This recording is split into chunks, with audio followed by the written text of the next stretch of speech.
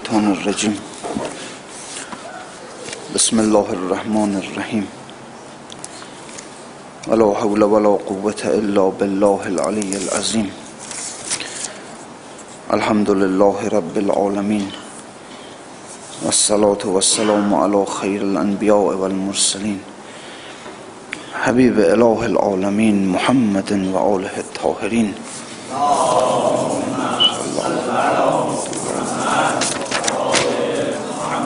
لا سیما بقیت الله فی الارضین واللعن الدائم على اعدائهم الى یوم الدین. بسم الله الرحمن الرحیم. اللهم كل ولیک الحجة ابن الحسن صلواتك علیه و علی آبائه فی هذه الساعة و فی کل ساعة ولیا و حافظا و قائدا و ناصرا و دلیلا و عینا حتی تسکنه ارضک طوعا و تمتعه فیها طویلا برحمتک یا ارحم الراحمین.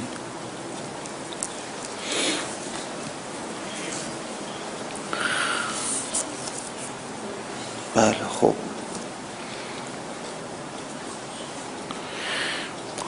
خب البته ما هم تبریک عرض میکنیم روز گذشته که ولادت با سعادت ولیمان و آخرین انسان کامل که محصول همه انبیا و اولیاست و همه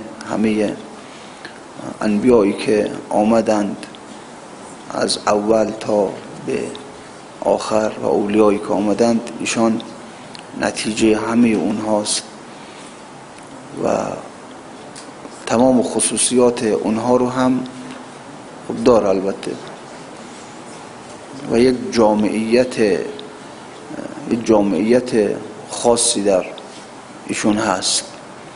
از هر پیغمبری همون خصوصیت خاصش رو ایشون داره و خب به هر حال یک توفیقی است که خداوند به ما داده که در زمانی که ایشان تصدی امر وساطت فیض رو داره خداوند ما رو به این عالم آورده. چون در غیبت از او هستیم، اما خب به قول مرحوم خواجه نصیر طوسی میفرماد و غیبته منا، غیبتش از ناحیه ماست. البته این هم در سطح فردیش درسته، هم در سطح اجتماعیش. یعنی در سطح اجتماعی به خاطر ماست که ایشون در غیبت هست و اون 11 امام بزرگواری که آمدند چون خب مردم پذیرشش رو نداشتند، اینا به هر حال یا کشتند یا مسموم کردند و نشد که اونها واقعا بتونن زمام امور رو در دست بگیرند. اینه که دیگه این ولی پنهان شد دیگه، این رو خدا نداد بیرون. 124,000 پیغمبر رو بیرون داد، همه رو یا کشتند یا چه بلاها بر سرشون آوردند. 11 امام رو خداوند برای ما فرستاد، اونم همینجور، اون رو هم به هر حال به جوری ما منا الا مقتول او مسموم، یا کشتن اینها رو یا مسمومشون کردن. و این یکی رو دیگه گفت نمیدم، حالا همینجوری در هجرانش بمانید تا زمانی که بشریت یک آمادگی پیدا کنه، یک استعداد پیدا کنه برای اینکه بتونه قبولش کنه. بشر به اون حد از رشد عقلی برسه که بتونه امام رو در جامعه قبول کنه. این خیلی مسئله مهمه، پذیرش مردم خیلی مهمه. و خب به هر حال ایشون زمانی تشریف خواهند آورد که بله این چنین آمادگی در همه مردم دنیا خب باشه و این از لحاظ اجتماعیشه که غیبته منا، یعنی اگر غایب هست به خاطر ماست که ما آمادگی نداریم. البته در سطح فردیش هم هست، یعنی خب واقعا اگر یک فرد انسان یک آمادگی پیدا کنه برای ارتباط با امام، خب این ارتباط حتما براش پیدا میشه، براش میسر میشه. از فرمایشات خود اون بزرگوار هست که فرمود که به خاطر گناهان شماست که دیدار ما از شما به تأخیر می افتاد و اگر نبود گناهان شما 1 ساعت دیدار ما از شما به تأخیر نمی افتاد. یعنی هر کس که نمیتونه امام رو ببینه باید به خودش رجوع کنه که بالاخره کم داره، یه جای کمبود داره و الله صریح فرمایش خود اون عزیز هست که فرمود اگر گناهان شما نمی بود 1 ساعت یعنی یک لحظه دیدار ما به تأخیر نمی افتاد. خب به هر حال اینه که غیبته منا، غیبتش از ماست، چه در سطح کلی اجتماعی چه در سطح فردی. و خب بودن کسانی که واقعا رسیدن به مقامی که این ارتباط رو با ایشون برقرار کردن. حالا نه حتما ارتباط جسمانی که ببینن، حداقل یک ارتباط قلبی که از قلب اون حضرت بر قلبشون افاضاتی بشه، الهامهایی بشه و بودن از اینها زیاد. و به هر حال از به قول خود مولانا میگه از قلب من تا قلب تو یک روزنه است، زن روزن نادیده من هر دم پیامت میکنم. از قلب ما به قلب ایشون یک روزنه پیدا بشه که و این رو بارها عرض کردم خدمتتون که دوزخ استان خانه کان بی روزن است، کار دین ای خواجه روزن کردن است. کار دین همینه که تو یک روزنه برقرار کنی بین قلب خودت و قلب امامت که نور است و از اونجا انوار، رحمتها، برکتها، علوم، اسرار، همه چیز بیاد بر قلب تو سرازیر بشه. کار دین ای خواجه روزن کردن است، یک روزنی برقرار کن بین قلب خودت و قلب امام. البته اصلا همین برقراری روزنه است و الله دیدن جسم امام خیلی چیز مثلا مهمی نیست. بالاخره خیلی ها بودن در زمان خود ائمه که جسم اینها رو میدیدن، پیغمبر رو میدیدن، حضرت علی علیه السلام میدیدن، امام حسین رو میدیدن، اما خب چه بهره‌ای داشتن از قلب اینها؟ این مهمه که از قلب این بزرگواران انسان یک بهره‌ای داشته باشه و احساس کنه که به هر حال به نماز وای میسته، یه ارتباطی برقرار میشه، میره به خلوت خودش، یک چند لحظه سرش رو به حالت تفکر روی زانوش میذاره، میبینه ارتباط برقرار میشه و بعد از این ارتباط میبینی که چه انواری در قلبش مشاهده میکنه. لذا اینه که خب همیشه میگم ما محروم هستیم، متاسفانه از قرآن محرومیم، از اماممون محرومیم، بل نحن محرومون که قرآن میفرماد همین حکایت حال ماست. بله، یه سنخیتی به قول خود مولانا، اشعاری که جلسه قبل خدمتتون عرض کردیم که ذوق جنس از جنس خود باشد یقین، ذوق جزو از کل خود باشد یقین. همیشه ذوق جنس از جنس خودشه. میگن کبوتر با کبوتر، باز با باز، همینه دیگه. ذره ذره کندرین ارض و سماست، جنس خود را همچو کاه و کهرباست. همیشه جنسیت، به قول حکما میگن الجنسیت و علت الانضمام، جنسیتی که انضمام برقرار میکنه. باز به قول خود مولانا میگه که آن حکیمی گفت دیدم در تکی، میدویدی زاغ با یک لگلکی، در عجب ماندم بجستم حالشان، تا چه قدر مشترک یابم نشان. میگه دیدم یک زاغ با یک لگلک با هم راه میرفتن، عجیبه چرا اینجوری، در عجب ماندم بجستم حالشان، تا چه قدر مشترک یابم. اون حکیم بود میفهمید، گو حتما اینها در یه چیز اشتراک دارن، یک جنسیتی هست بینشون، یک سنخیتی هست. چون شدم نزدیک من حیران و دنگ، خود بدیدم هر دوان بودند لنگ. هر دوشون لنگ بودن، همین لنگی باعث شده بود که اینا با هم دیگه انضمام پیدا کنن.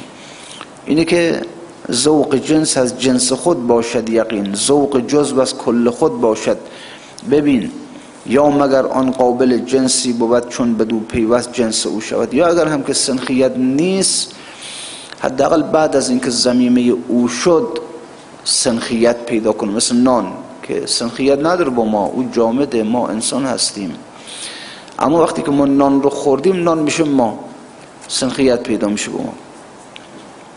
همچون آب و نان که جنس ما نبود گشت جنس ما و اندر ما فزود، نقش جنسیت ندارد آب و نان ز اعتبار آخران را جنسدان.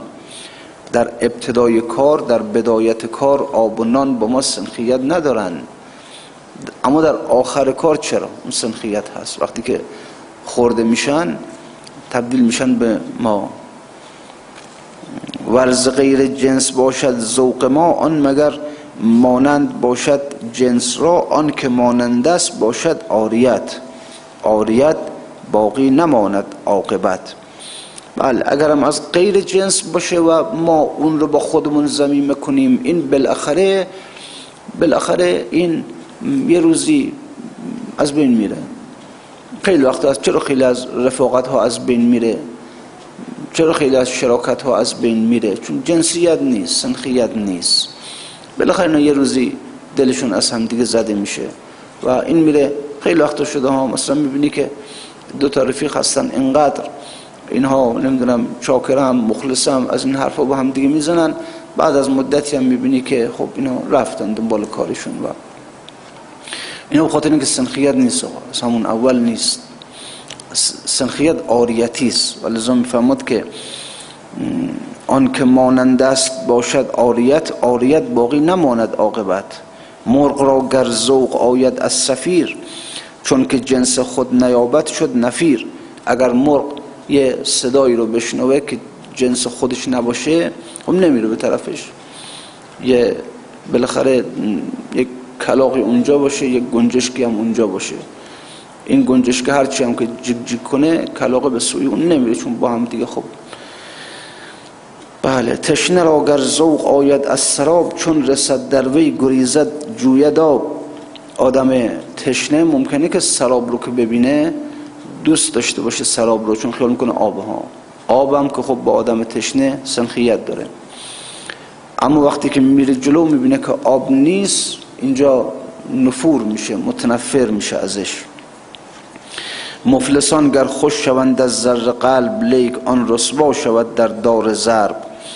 آدم مفلس رو شما یک طلای قلابی بهش بده خوشحال میشه ها، اما چون بالاخره طلا با آدم فقیر سنخیت داره، اما همین طلا رو اگر ببرن به دار ضرب اونجا امتحانش کنن نه دیگه، اینجا اون آدم فقیر از او باز متنفر میشه.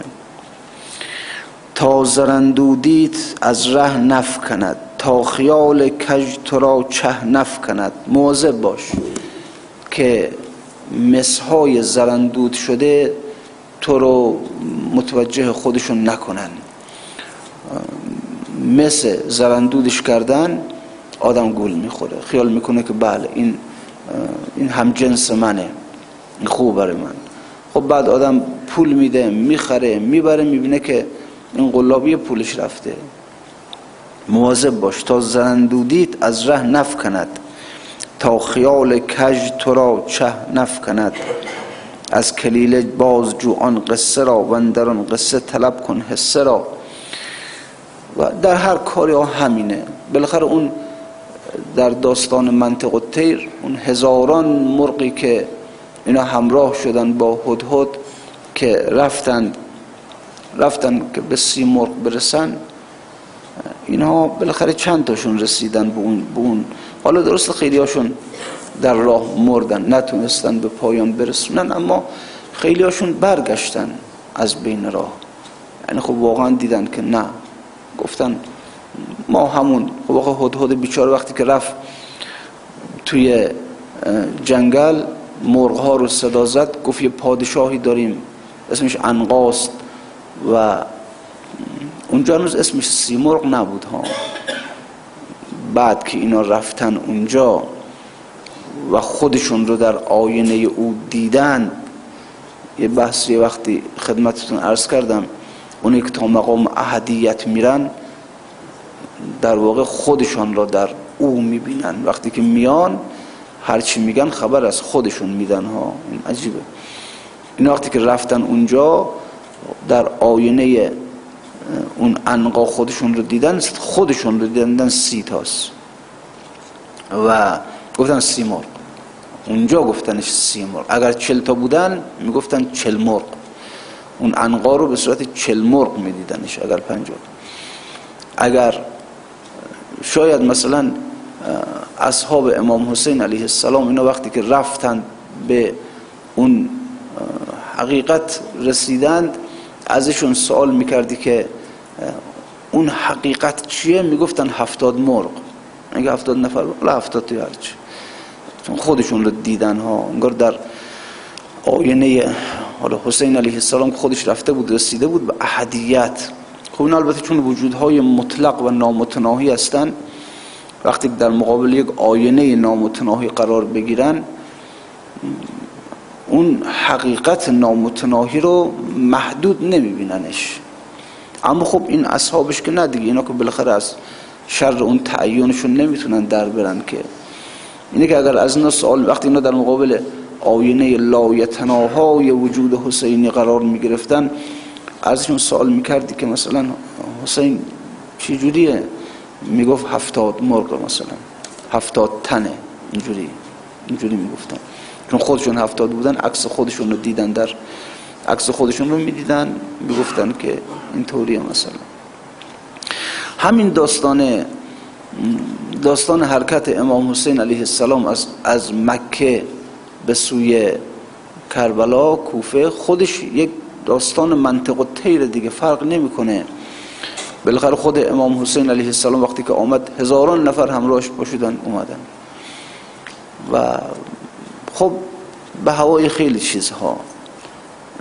اینا جنسیت با دنیا داشتن. میگفتن حسین میره اونجا، یزید رو بیرونش میکنه، بعد خودش به حکومت میشینه، ما هم دیگه اونجا وزیر میشیم، وکیل میشیم، رئیس میشیم، از این حرفا خوب میشیم.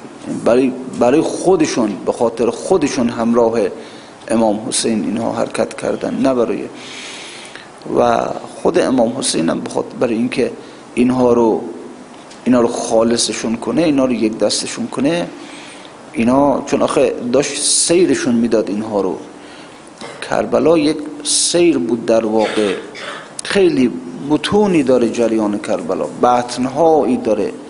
همین مسئله ظاهرش نیست به هر حال که همین بالاخره حالا یک کسی پاشد به خاطر نهی از منکر رفت و یزید رو از بین ببره، اونم یه عبیداللهی رو فرستاد، عبیدالله هم یه ابن سعدی رو فرستاد، یه شملی رو فرستاد، خلاصه بعد جنگ مغلوبه شد، امام حسین شکست خورد رفت.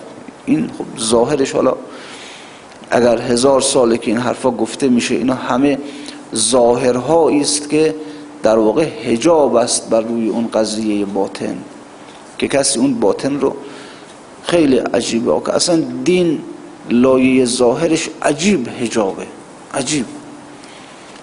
نه اینکه خداوند میخواست نفهمه کسی، اون باطن رو نفهمه، ظاهر رو یه جوری تنظیم کرد، اکثر هم که در ظاهر موندن دیگه.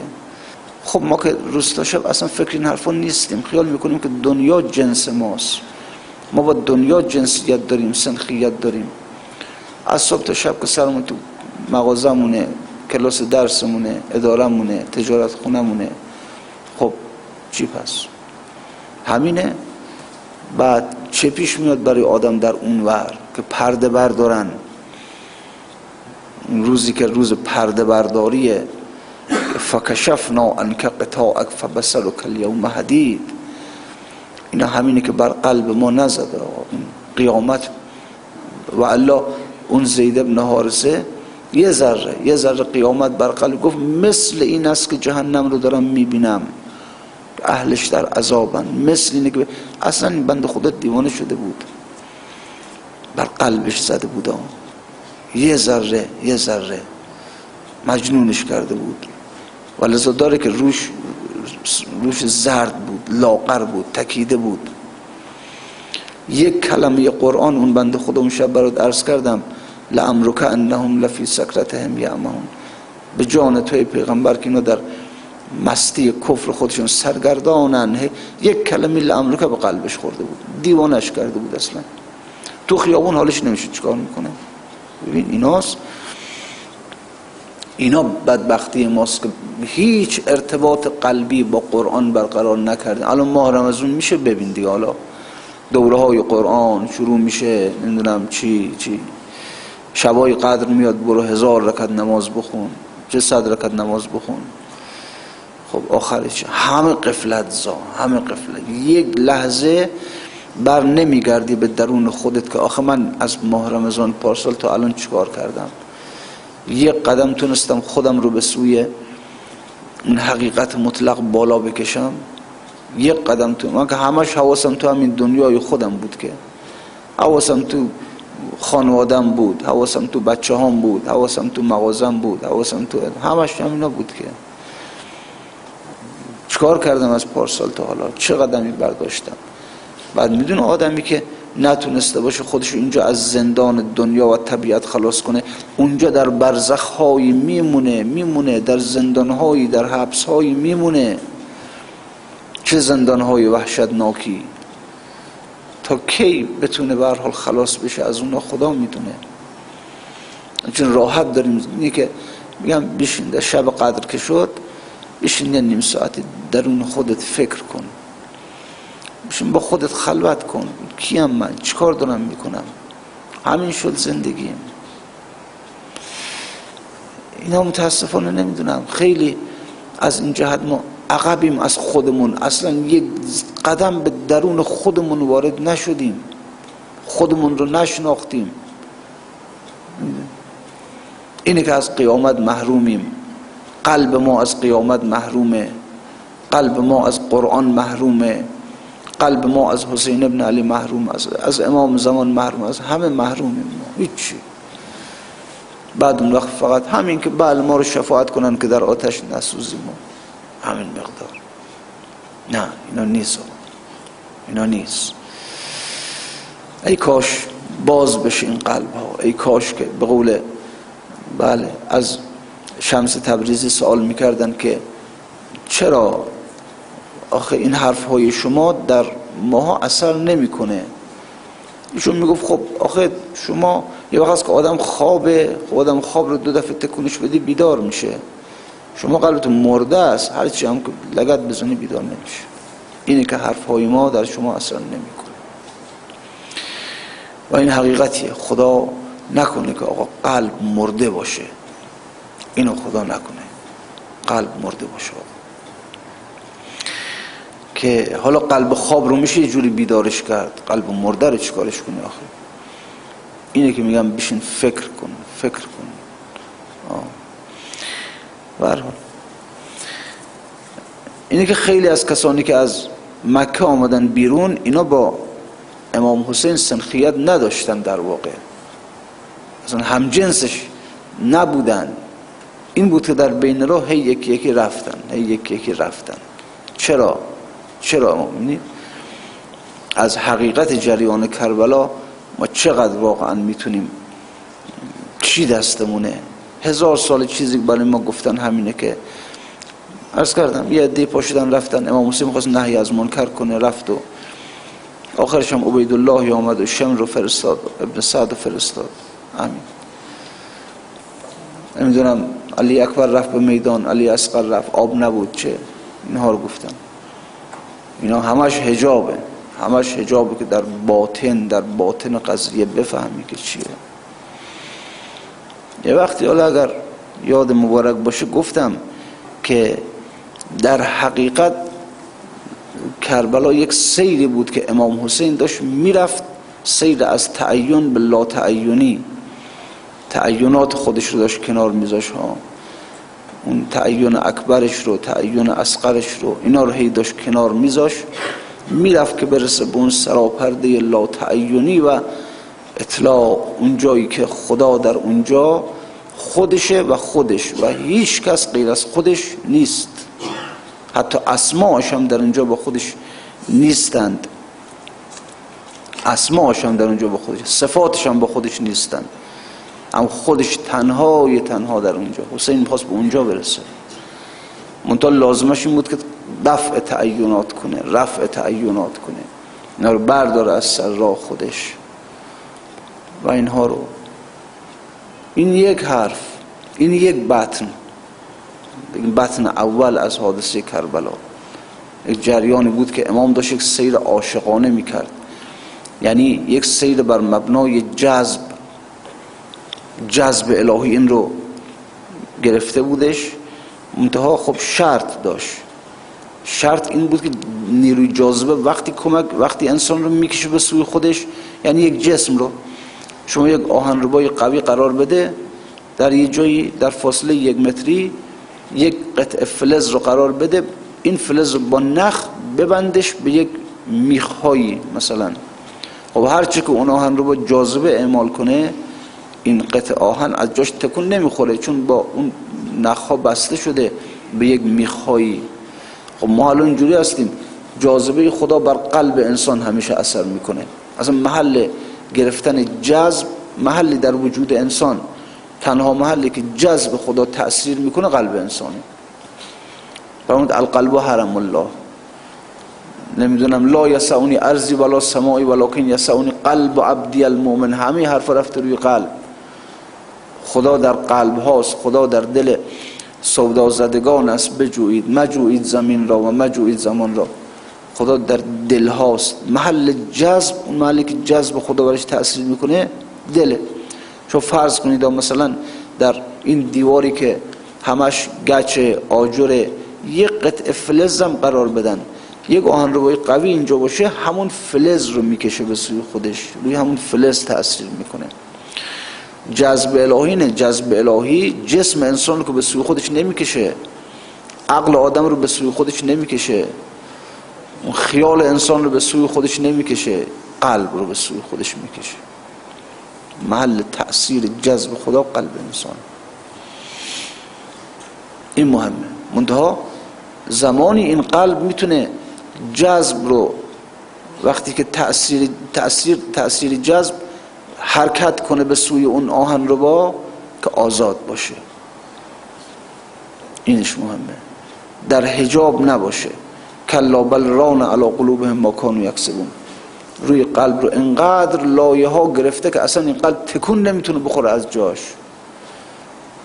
قلب باید آزاد. بعدش انقدر با بندها، با اولاد، مال، نمیدونم پسنداز، مغازه، چی مدرک تحصیلی، همه بندهایی است که نمیذاره قلب از جای خودش تکون بخوره بره به سوی اون آهنربا. قلب باید آزاد باشه. این بطن اول حادثه کربلا همینه که حسین ابن علی داشت میرفت که از این بندها خلاص بشه.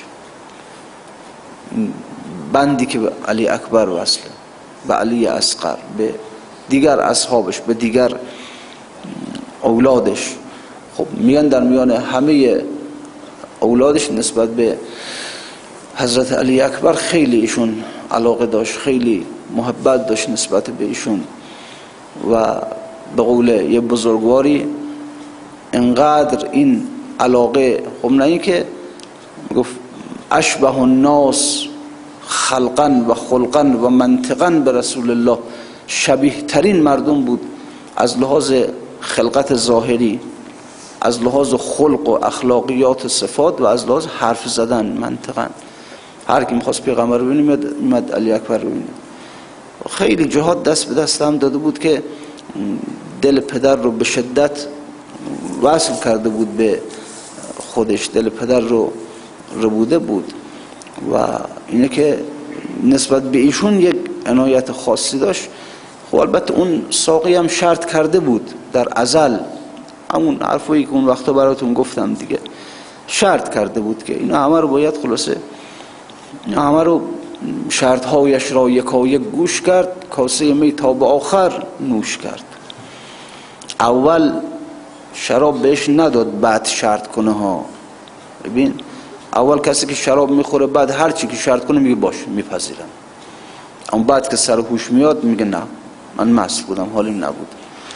اول میگه خدا رحمت کن عمان سامانی رو، واقعا عجیب، واقعا یعنی در طول تاریخ کسی که واقعا این اشعار از زبان او صادر نشده، از زبان او صادر، خودش هم میگه کیست این پنهان مرا در جان و تن که از زبان من همی گوید سخن، این که گوید از لب من راز کیست، بشنوید این صاحب آواز کیست.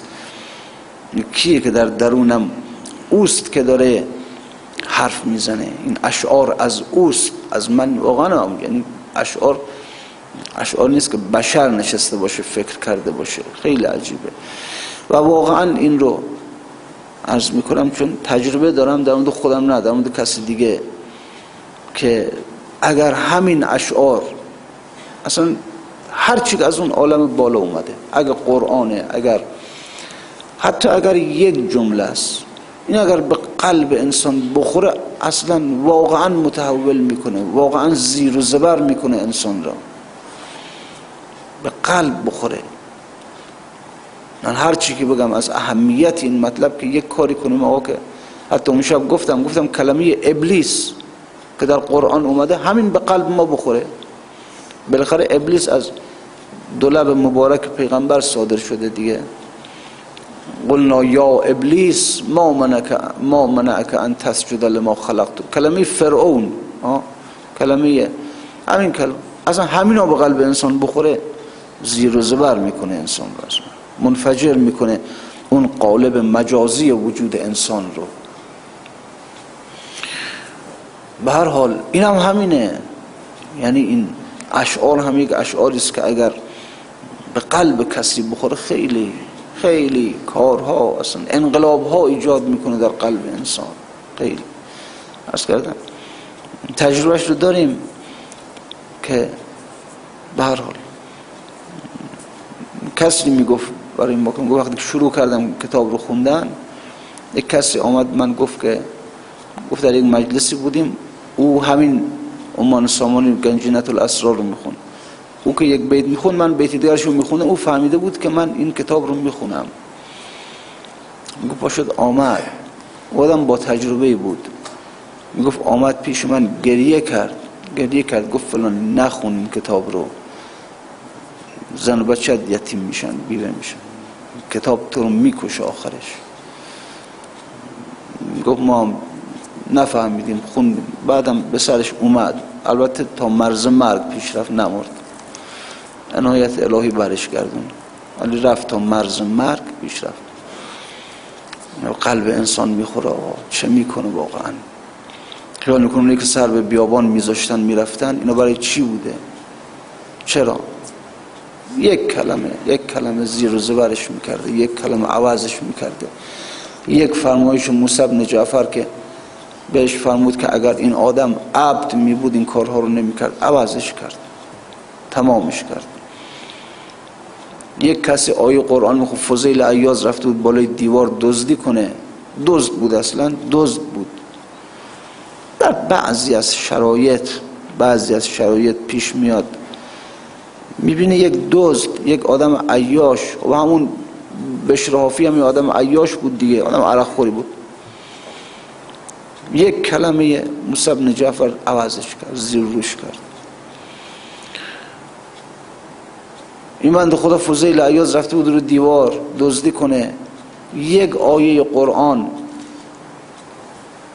آیه نرسیده، الم یعن للذین آمنوا ان تخشع قلوبهم لذکر الله، نرسید اون زمانی که قلبهای مؤمنین از ذکر خدا خشیت خدا، الم یعن للذین ان تخشع قلوبهم، خاشع بشه دیگه، گردن فرازی رو بذاره کنار، اون تفرعون و فرعونیت رو بذاره. نرسیده وقتش، همونجا مثل تیری به قلبش خورد، گفت چرا الان آمد پایین، تمام شد کارش، همه چیزش رو رها کرد.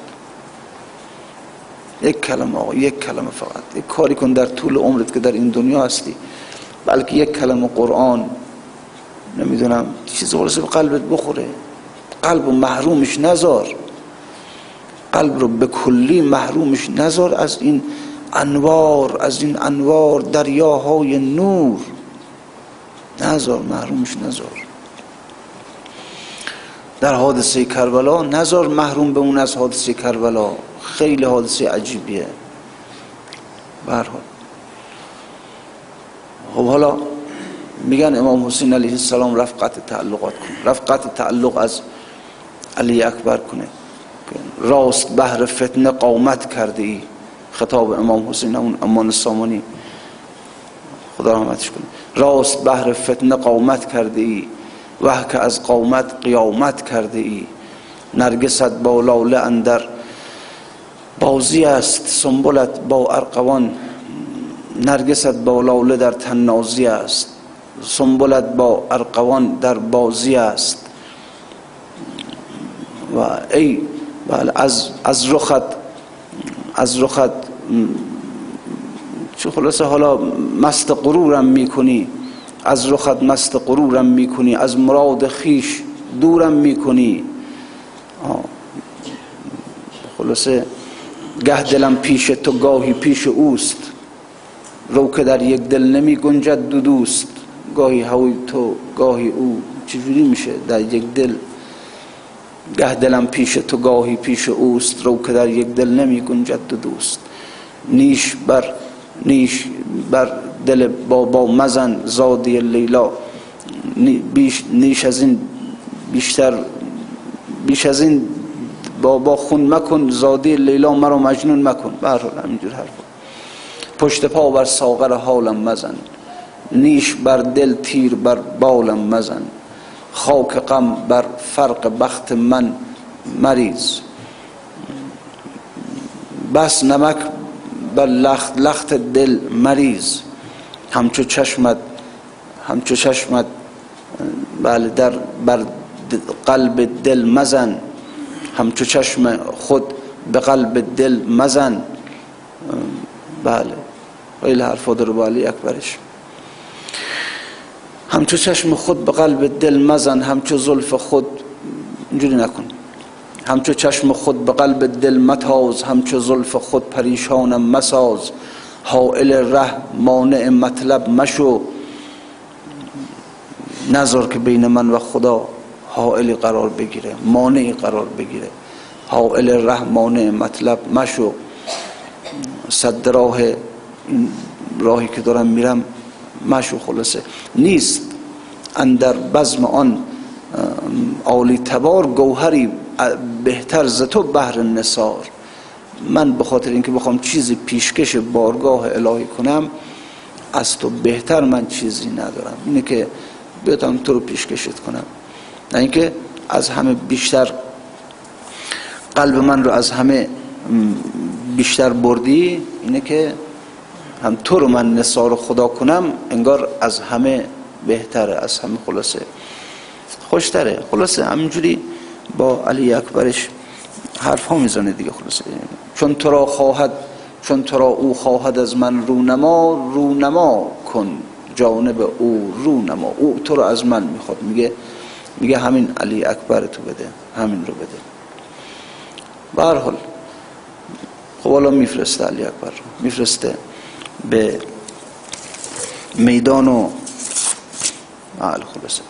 خلاص وقتی میخواد بفرسته میدان، اینجا جالبه، میگه خوش نباشد از تو شمشیر آختن، بلکه خوش باشد سپر انداختن. میگه اون تا میری شمشیر به کار نبر، جنگ نکن. ببین یه چیزی است که به دل نمیچسبه. اینو میخوام بگم، هی بتون پشت سر هم داره قضایا. درسته که الان هر کسی که شما بهش بگی که بطن حادثه کربلا چیه، میگه امام حسین میخواست قطع تعین کنه، قطع تعلق کنه. به هر حالا میگم چرا نمیچسبه به دل. وقتی که خود بفرستادش به میدان جنگ، بهش هم میگه که خوش نباشد از تو شمشیر آختن، بلکه خوش باشد سپر انداختن. شمشیر تو بنداز، سپرت هم بنداز. جنگ اون صورت نکن. مژه داری احتیاج تیر نیست، پیش ابروی کجت شمشیر چیست. مژه داری، نمیدونم کمان، ابروی کمان داری، همینو بس دیگه. تیریر بله میگه با محبت خودت به سراغ اونها برو. بله، تیر مهرت را بر دشمن بزن، تیر قهری گر بود بر من بزن. با دشمن ها با مهر با محبت برخورد کن. تیر قهری اگر داری بزن به دل بابات مثلا.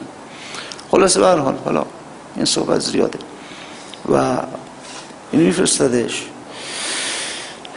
میگه پس برفتان غیرت خورشید و ماه، همچون نور از چشم و جان از جسم شاه. این رفت به میدان، اما مثل این که نور از چشم بابا رفت، جان از جسم باباش داشت میرفت. ببین اینجا عمان سامانی اینجا رو خوب آورده. تا اینجا عرض کردم خدمتت که مثل این که امام حسین مثلا میخواد از علی اکبر این نردبانی بسازه که خودش بره بالا، یعنی این تعین ها رو بزنم کنار، اینا رو بفرستم به میدان کشته بشن تا قطع تعلقات کنم و بتونم به سوی حق برم. این تعین ها رو، این تعلق ها رو کنار بزنم و برم به سوی خدا. ولی خب این نه، بیا برو به یک بطن دیگه، اینجا رو عمان سامانی خوب میگه باز شد از ضربت. میگه وقتی که همین نیزه ها بر بدن علی اکبر میخوردن، شمشیرها میخوردن، بدن شکافته میشد دیگه. میگه باز میکرد از اون نیزه و شمشیر، از ثریا تا ثری. میگه هر ضربتی که میخورد از ثریا، از اون ستاره تو آسمونه، تا ثری با 3 نقطه است یعنی خاک، از اونجا تا اینجا با هر ضربتی که میخورد یک پرده بر کنار میرفت، یک حجابی از علی اکبر بر کنار میرفت و این چیزهایی رو میدید. علی اکبر یه حقایقی رو میدید. میگه باز میکرد از ثریا تا ثری، هر سر پیکانی که میمد رازی رو براش باز. نه اینکه جسم انسان حجابه، جسم حجابه دیگه. این جسم وقتی که نباشه انسان چجوری آدم وقتی میخوابه این جسم نیست، گاهی وقتا ارتباط برقرار میکنه با عوالم دیگه، جسم نیست دیگه. خلاصه میگه که باز میکرد از ثریا تا ثری، هر سر پیکان به روی وی دری. این بیا وارد بطن دوم حادثه کربلا شد. اینجا مست گشت از ضربت پیکان، مست گشت از ضربت تیر و سنان، بی خودی ها کرد. مست میشد، نه اینکه بگه دردش بیاد، نه، مثل اینکه هر ضربتی که میخورد یه بابی باز میشد براش، با هر بار که بدنش شکافته میشد بابی هم، یک پرده هم شکافته میشد، باز میشد، یه چیز پشت پرده میدید، یه حقیقتی رو پشت پرده میدید. و بله، گفت مست گشت از ضربت تیر و سنان، بی خودی ها کرد، بی خودی ها میکرد توی اون میدان، لذت ها میبرد توی اون میدان جنگ. براش به یک میدان چی بگم عروسی. میدونی چرا امام حسین در همون جریان کربلا دخترش رو به پسر برادرش عقد بست؟ اینا میخواست بگه که اینجا برای ما عروسیه، کربلا برای ما میدان جنگ نیست، کربلا برای ما عروسی، جنگ و این حرفا ما از اینجا اونقدر لذت میبریم که آدم توی عروسی چجوری خوشه، ما خوشیم اینجا. بی خودی ها کرد و داد از کف انان، انان خودش رو از دست داد، تحمل خودش رو یعنی که هی میدید، هی اسرار پرده باز میشد، هی میدید، هی میدید، از کجا تا به کجا رو میدید. باز میکرد از ثریا تا سری، هر سر پیکان به روی او دری. مست شد از ضربت تیر و سنان، بی خودی ها کرد و داد از کف انان.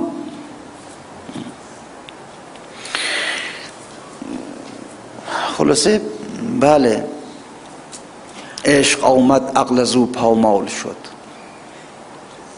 عشق آمد و عقل دیگه رفت کنار، عقل کنار زده شد و آن نصیحتگو زبانش لال شد. دیگه عقل نمیتونست اینجا کاری باشه و حرفی بزنه. و وقت آن شد که از حقیقت دم زنم، شعله بر جان بنی آدم زنم. با خودش این حرفا رو میزد. وقت آن آمد، وقت آن شد که از حقیقت دم زنم، شعله بر جان بنی آدم زنم. پرده از روی مراتب وا کنم، جمله عشاق را رسوا کنم. میگفت باشه از میدان برم بیرون، بعد میگم هر چی که دیدم، میگم هر چی من دیدم از آن خانه. اول مرحوم نسیم شمال خدا رحمتش کنه، آنچه من دیدم از آن خانه بگویم یا نه، مرد و مردانه و شیرانه بگویم یا نه. باشه برم بیرون میگم همین ها. وقت آن شد که از حقیقت دم زنم، شعله بر جان بنی آدم زنم. پرده از روی مراتب وا کنم، جمله عشاق را رسوا کنم. باز عقل آمد زبانش را گرفت، پیر میخواران عنانش را گرفت. امام حسین آمد نه، هرچی باشه پیر تو منم، شیخ طریقت تو منم اینا رو میبینم. اگر تو داری میبینی از قلب من داره بر قلب تو میزنه، اینا رو داری میبینی. مثل من ساکت باش، مثل من حرف نزن، سکوت کن. باز عقل آمد زبانش را گرفت، پیر میخواران عنانش را گرفت. اینجا بود که علی اکبر خودشو به اون راه زد، خودشو به اون در زد. بله، آمد و رو به دریا کرد و شد او آبجوی. آمد گفت بابا تشنمه. هم یک کلمه 1000 ساله که همه رو. امام علی اکبر از میدان آمد گفت که بابا سنگینی این آهنها منو خسته کرده، تشنگی منو از پا در آورده. اینا رو علی اکبر همینجوری داشت می‌خواست راه حکم کنه، می‌خواست 1000 سال مردم سر کار بذاره و 1000 سال مردم رو علی اکبر اون حرفش سر کار نفهمیدن مردم که اون حقیقت چیزی عوض کرد. امام حسین جلو دهانشو بس گفت حرف نزن، هیچی نگو. این پرده کربلا اینشو دقت کن که امام حسین نیومد که اینا رو نردبان قرار بده، از روی شان اینها بره خودش به اون مقام عهد. اینا رو هم میخواست برسونه به جایی. اول اینا رو به جایی رسوند، بعد خودش رفت به اونجا. اینا رو آورد به جایی که در اضطرار محض قرارشون داد. همه درها رو برای خودشون بستن، فقط جنگ. در اضطراری که خیلی از مسائل برای انسان باز میشه دیگه. میفهمد امن یجیب المضطر اذا دعاه و یکشف السوء. مضطر که کشف براش میشه، مضطر که همین در روش بسته شد، همین در جور اینا رو وارد کربلا کرد که دیگه اصلا دیگه امید نداشتن که صلح بشه، امید نداشتن که اینا دوباره به مدینه برگردن، چاره جز جنگ نداشتن. وقتی هم که وارد جنگشون کرد، یکی یکی تنهای اینها رو یه جوری هم وارد جنگشون میکرد که اینا نجنگن. یه وقت عرض کردم یکی از بزرگان میگفت وقتی که امام حسین ابوالفضل رو فرستاد آب بیاره، شمشیر بهش نداد، نیزه داد بهش. با نیزه که نمیشه کاری کنه انسان. یعنی قرار بود که ابوالفضل کشته بشه، قرار نبود که با شمشیر میداد دستش کشته نمیشد. قرار بود ابوالفضل کشته بشه. با هر دستی که جدا میشه از او، دریاهایی از حجابها بریده بشه، کنار بره. دریاهایی از پرده ها و حجابها از مقابل روی او برکنار بره. و من یقین دارم که ابوالفضل الان در اون میگه ای کاش 1000 دست می‌داشتم و یکی میدادم. همه رو میومدن ای کاش 1000 تا فرق سر می‌داشتم ای با عمود میکوفتن به سر من. با هر دستی که از عباس قطع میشد پرده هایی از مراتب براش باز میشد. خدمتی که کرد امام حسین به عباس به بقیه شون هم اینجوری. الان چجوری مثلا ما به یک بچه 3 ساله، به یک بچه شیرخواره علی اصغر متوسل میشیم، اگر بچه شیرخواره چیکار میخواد بکنه؟ فکرشو کردی؟ خب همینه، وقتی که اون تیر میاد به گلوی علی اصغر میخوره پرده ها باز میشه برای علی اصغر. اون بچه 3 ساله در آخرین مأموریتش رو حسین ابن علی برای کی انجام داد؟ در خرابه شام برای اون طفل صغیر 3 سالش. اون آخرین مأموریتش بود که او رو به کمال برسونه. بقیه رو در کربلا به کمالشون رسوند دیگه. علی اکبر اونجوری، علی اصغر اونجوری، عباس اونجوری، هر کدومش رو فرستاد زیر ضربات شمشیرها، ضربات نیزه، ای بخوره به بدن اینها، این بدن حجاب بودنشو از دست بده. و با هر بار که حجاب از دست میداد پرده ها باز بشه برای اینها. اینا رو رسوندشون به اون قاب قوسین او ادنا. چه خدمتی کرد به اینا. حالا بگو یا لیتنی کنت معکم فافوز فوزا. حالا اگه تا حالا این جمله رو میگفتی که چی؟ میگفتی منم باشم باتون بجنگم بمیرم. خب چی آقا؟ و ای کاش با شما میبودم یا حسین، ای کاش من با تو میبودم، من رو هم میفرستاده زیر اون ضربات شمشیرها که منم به اون اسرار دست پیدا کنم، منم به اون حقایق دست پیدا کنم. اینجوریست معنی یا لیتنی کنت معک فافوز فوزا. این معنیش. ای کاش منم بودم، منم میفرستاده زیر شمشیرها، زیر زر، هر شمشیری که بر من بخورد باز بشه برای من. مثل همونجور که برای علی اکبر باز میکرد از ثریا تا سری، هر سر پیکان بر روی او دری. مال همشون بود. بر هر کسی که تیری می آمد، شمشیری می آمد. آخرین مأموریت شدن در شام انجام داد امام حسین. اینا بالاخره کشته و مرده، زنده و مرده که ندارن که. اونجا وقتی که اون پارچه رو برداشتن که چشم اون طفل 3 ساله، دختر 3 ساله افتاد، قالب توی کرد.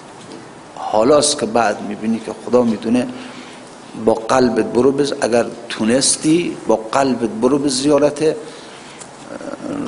رقیه. اگه تونستی بری، مردم خیلی خوش به حالشونه، حجاب روی قلبشونه. روح حسین در رقیه دمیده شد، روح حسین در علی اکبر دمیده شد. این که در زیارت میخوریم که و علی الارواح التي حلت بفنائک. فنا یعنی اون محدوده. هر خانه محدوده داره. جاده ها رو میبینی توی نوشته که حریم جاده مثلا 20 متر، یعنی اینم جز جاده است، حق نداری ساخت ساز کنی. ارواحی که در فنای روح حسین فانی شدن، یعنی در اون محدودی که خاص حسینه دیگه، کسی دیگه نمیتونه بیاد، هیچ کس. میگه مثلا تا 20 متر این دیگه محدودی جاده است، هیچ کی این مال جاده است، اختصاص به جاده داره. نه، یک محدودی است که فقط مال حسینه، اون قسمت مرکزیش حسینه، یه شعاع افکنده. اینا رفتن هر کدام در یک قسمتی از اون شعاع جا گرفتن، لذا اینها شدن حسین شد خدا. اینا شدن حسین شد خدا.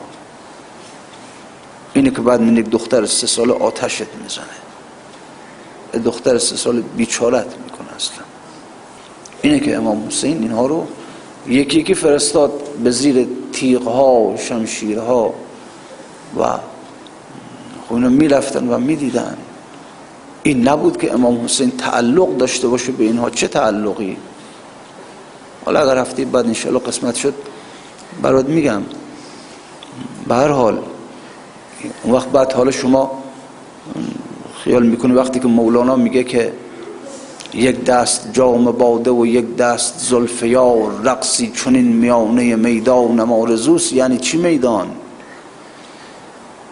یعنی میدان عروسی، یه جایی رو میان اونجا نمیدونم میزنن میرقصن، یک جام شراب دستت بگیر، زلف یک پریچهره رو هم در دستت بگیر برقص.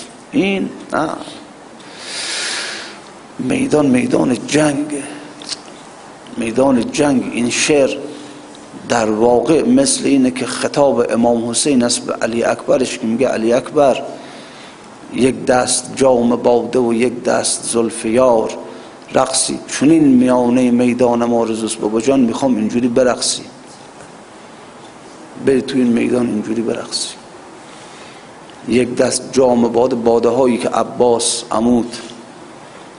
عمود ساقی منه، حالا اگر در ظاهر سقای بچه، در باطن ساقی منه، هرچی که شراب من از خدا گرفتم دادم دستم.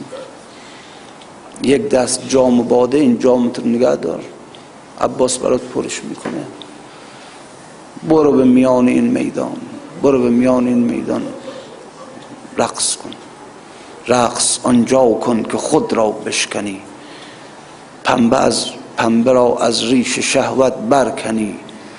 رقص میدان مردان بر سر میدان کنند، رقص اندر خون خود مردان کنند. این شعر خطاب امام حسین بود به علی اکبر که بابا جان برو توی میدان اینجوری برای من رقصیم. رقص در زیر شمشیرها، تیر میاد خودت بردار بذار در پهلوت، شمشیر میاد سینت رو آماده کن تا بخوره به سینت. خود وقتی شمشیر میخوره یک کج موج میشه دیگه، چون کشتی بی لنگر کج میشد و مج میشد. و در آخرم خدا خطاب به حسین کرد، وقتی که همه رو دیگه فرستاد به اون جاهای خودشون قشنگ، هر کدام رو، چون میگن سید القوم خادمهم، اون بزرگ قوم سید قوم خادم کوچکتر است، باید اینها رو به کمال خودش برسونه. نه اینکه خادمشونه یعنی اینا بگن آب میخوایم بگه چشم براتون میارم، نان میخوایم چشم بهتون، نه اینجور خادمی، نه اینجوری کن. خادمشونه یعنی باید اونا تسلیمش باشن که این بتونه اگه میگه برو توی جنگ برو به زیر شمشیرها بگو چشم میاد. این سید القوم خادمهم، اینا رو باید برسونه به اون حد اعلای وجودشون. خب رسوندشون، همه رو رسوند. بعد که دیگه خودش تنها بود، اینجا خدا بود که به حسین گفت که حسین یک دست جام باده و یک دست زلف یار، رقصی چنین میانه میدانم آرزوست. تو هم برو به میانه همین میدان. منتها تو دیگه باید از اون دیگه خیلی سخت‌تر. این بود سر این که امام حسین از همشون شهادتش از همشون سخت‌تر بود، از همه. همون تیر سه شعبه‌ای که میگن به گلوی علی اصغر خود، اون نه، اون در هیچ مقتلی نیامده، فقط میگن تیر به گلوی اون بچه شیرخوار خورد. تیر سه شعبه همین بود که به سینه مبارکش خورد، از پشت سر در اومد. اگر میبینید مثلا میگن نتونست بکشه بیرون، بخاطر اینکه سه شعبه بود دیگه، نتونست از پشت کشیدش بیرون. حسین باید از همشون سخت‌تر باشه شهادتش. باده او از همه اونهای دیگه قوی تره، چیز دیگه. این قرار بره خدا بشه، خدا بشه. شنیدم عشق را که می گفت خدایم من، قرار بره خدا بشه. و رفت. اینا رو دقت کن که مولانا به کی داره میگه، به کی میگه یک دست جام باده و یک دست زلف یار، رقصی چنین میانه میدانم آرزوست. این رقص، نه رقص آدمای هیچی، آدمای فاسق، آدمای بی‌هویت در میدان رقاصی، میدان، نه، رقص در زیر شمشیرها در میدان جنگ. چنین رقصی که از اونورم پیرت، مرادت، شیخت اونجا وایساده، امر میکنیم که برو اونجا، هر تیغی که خوردی و بدنت شکافته شد من پرده رو برای تو باز میکنم، حجابی رو از روی جلو چشم تو میدرم. و خب این شد که علی اکبر وقتی که رفت توی میدان که باباش گفت نجنگ، قرار نیست بجنگی، قرار نیست که بله خلاص اون حرفا، بله مژداری احتیاج تیر نیست، پیش ابروی کجت شمشیر چیست. همون بس، همون مژد تیره، همون ابرود کمانه، تیر مهری بر دل دشمن بزن، با دشمن با مهر رفتار کن. تیر قهری گر بود بیا بر دل بابا بزن، تیر قهرت رو بزن به دل من. ممکنه یه خورده از دست من ناراحت بشی چرا بابا منو فرمان مثلا فرض کن، اما تیر مهری بر دل دشمن بزن، تیر قهری گر بود بر من بزن. بله باز می کرد از ثریا تا سری، هر سر پیکان به روی وی دری. اینجوری شد برخورد. مست گشت از ضربت تیر و سنان، بی خودی ها کرد و داد از کف عنان. عشق آمد عقل از او پامال شد، آن نصیحت گو زبانش لال شد. وقت آن شد که از حقیقت دم زند، شعله در جان بنی آدم زند.